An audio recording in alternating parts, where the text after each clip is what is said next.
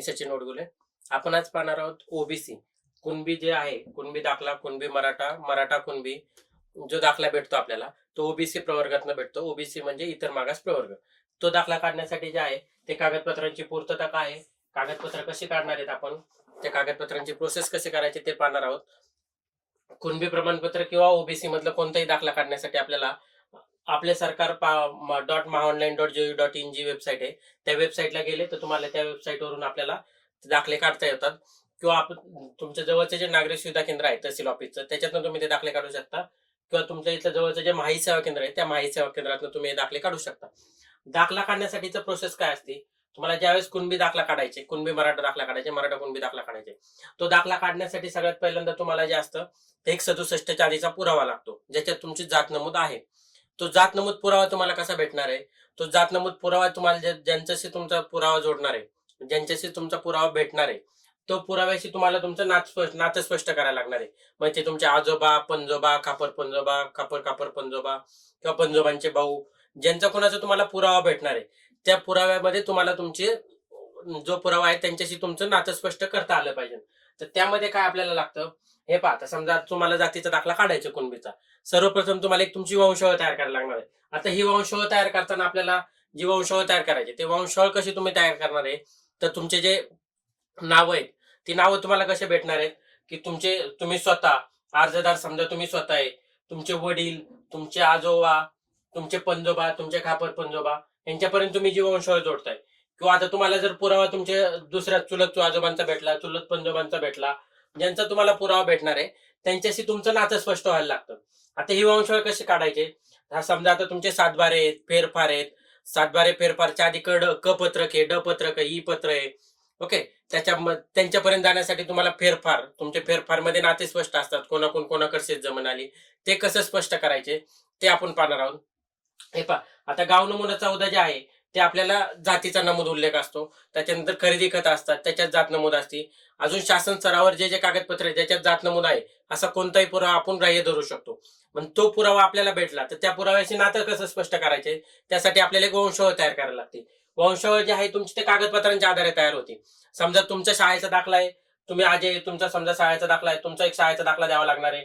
अजयचे वडील कोण आहेत, ललित, मग त्यांचा शाळेचा दाखला लागणार आहे किंवा त्यांचं एक कागदपत्र लागणार आहे आपल्याला. ललित त्यांचे वडील कोण आहेत, बाबूराव, बाबूराव त्यांचा एक दाखला लागणार आहे. ओके, बाबूराव त्यांचं वडील कोण आहे, आबा. ओके, आपण समजा आबांचं एक कागदपत्र लागणार आहे. आता पूर्वीच्या लोकांचे काय झाले, आपल्याकडे शाळेचे दाखले उपलब्ध नाही होऊ शकत, मग त्यांचा मृत्यू दाखला किंवा सातबाऱ्याला नाव असेल तर सातबाऱ्याला जे जे कागदपत्र तुमच्याकडे उपलब्ध आहेत ते आपल्याला तिथं सादर करावं लागतील.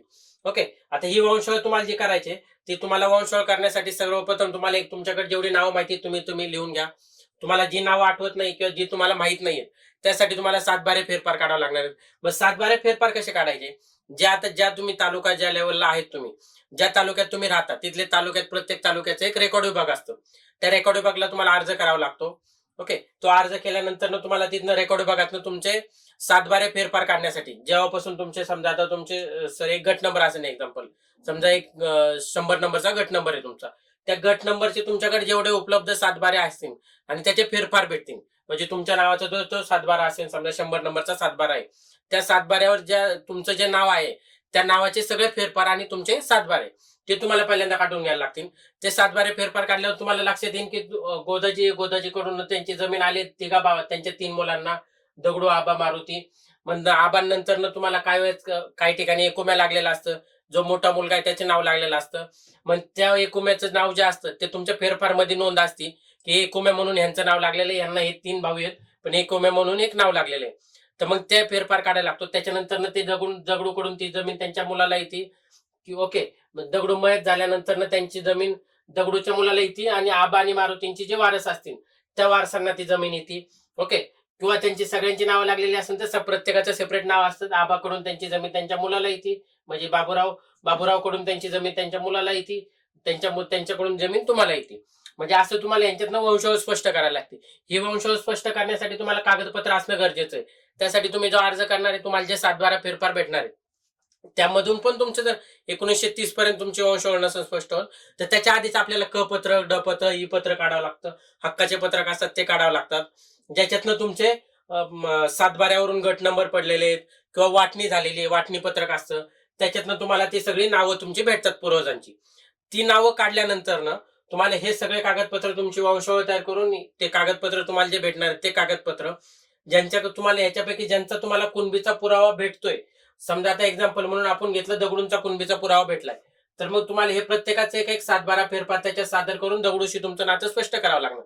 हे नातं ज्यावेळेस स्पष्ट होईल त्यावेळेस तुम्हाला हे हे नातं स्पष्ट झाल्यानंतर तुम्हाला हे बाकीचे कागदपत्र जोडून ती फाईल तुम्हाला सादर करावं लागेल.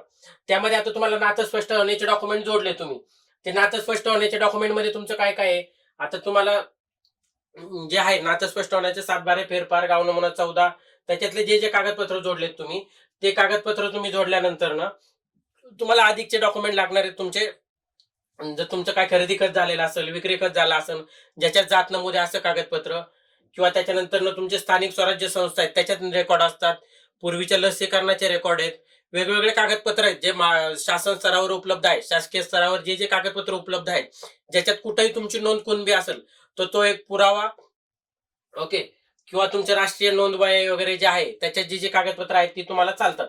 ओके. ती कागदपत्र तुम्ही सगळी जोडली की ती कागदपत्र तुम्हाला जी कागदपत्र तुम्ही तयार करणार त्या कागदपत्रांची तुम्हाला फाईल करायची. ती फाईल केल्यानंतर ना ती फाईल तुम्हाला त्या फाईलला तुमची वंशावळ, त्या वंशावळीला तुम्हाला नातं स्पष्ट होते ना असे प्रत्येकाचे कागदपत्र तुम्हाला जोडावं लागणार आहे.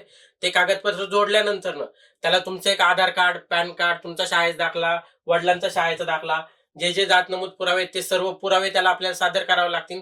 ते पुरावे सादर केल्यानंतर ना आता पूर्वी काय होतं, काय काय ठिकाणी आडनावाची जात लावली होती किंवा तुम्ही जो व्यवसाय करताय ती व्यवसायाची जात तुमची लागत होती, तर ते पुरावा पण तुम्हाला ह्याच्यात कुणबीचा पुरावा म्हणून ग्राह्य धरू शकता तुम्ही. ओके.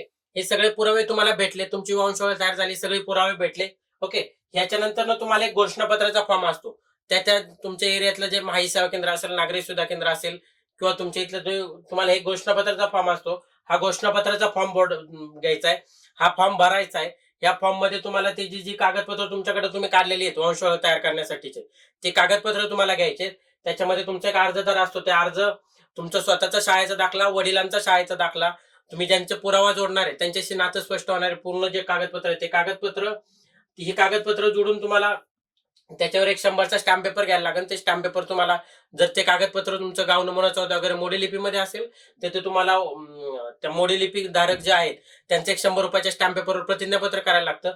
एक वंशावळ ते जे केले त्याचं प्रतिज्ञापत्र लागतं. ते 2 प्रतिज्ञापत्र तुम्हाला करायला घ्यायला लागतात. त्याच्यानंतर हे सगळे कागदपत्र, तुमचं रहिवासी डॉक्युमेंट, एक चालूचं लाईट बिल, तुमचं रेशनिंग कार्ड, तुमचं आधार कार्ड, ज्या व्यक्तीचं तुम्हाला जाती दाखला काढायचा त्यांचं आधार कार्ड, हे सगळे कागदपत्रांचे एक छायांकित प्रती करायचे. छायांकित प्रती म्हणजे काय, ट्रू कॉपी किंवा अटेस्टेड, ते तुम्हाला सगळे तयार करून हे कागदपत्र तुम्हाला तुमच्या इथल्या तहसील ऑफिसमध्ये सादर करावं लागतं. ते तहसील ऑफिसमध्ये सादर केल्यानंतर ना तुम्हाला ह्या जी फाईल तुम्ही करणार आहे, सादर करणार आहे, त्या फाईलचे 2 सेट तयार करायचे. एक फाईल सेट तुमच्याकडे ठेवायचे, एक तहसील ऑफिसमध्ये सादर करायचे. ज्यावेळेस तुम्ही तहसील ऑफिसमध्ये तो फाईलचा सेट सादर करणार आहे, तो सादर केल्यानंतर ना तुम्हाला त्याच्यासाठी तुम्हाला एक सर्कल रिपोर्ट घ्यावा लागतो. सर्कल रिपोर्ट घेतल्यानंतर ना ती फाईल तुम्हाला तहसीलदारांकडे जाते. तहसीलदारांकडनं परत त्या फाईलवर तहसीलदारांचा एक अहवाल होतो. तहसील अहवाल आणि सर्कल रिपोर्ट हे 2 कागदपत्र तुम्हाला भेटल्यानंतर ना ती फाईल तुम्हाला प्रांत ऑफिसमध्ये जमा करायला लागते. ती फाईल प्रांत ऑफिसमध्ये जमा केल्यानंतर ना त्या फाईलवर तुमचं ऑनलाईन ही सगळी जी कागदपत्र तुम्ही जोडणार आहे ती सगळे स्कॅन करून तिथे अपलोड केले जातात ऑनलाईनला. ते ऑनलाईनला अपलोड केल्यानंतर तुम्हाला त्याचे जे कागदपत्र अपलोड केलेली आहेत त्या कागदपत्रांची तुम्हाला 2 कॉपी सेट तयार करून तुम्ही तिथे अपलोड केल्यानंतर तुम्हाला त्याच्यातनं तुम्हाला एक 8 ते 10 दिवसात किंवा 15 ते 20 दिवसात तुम्हाला हे दाखल्याची एक प्रत तुम्हाला भेटते. ही प्रत तुम्ही ज्या ठिकाणी तुम्ही दाखल्याचं फाईल सादर करणार आहे, म्हणजे प्रांत ऑफिसला किंवा नागरिक सुविधा केंद्रात किंवा माहिती सेवा केंद्रात, तिथून तुम्हाला अशा प्रकारे एक दाखला भेटतो.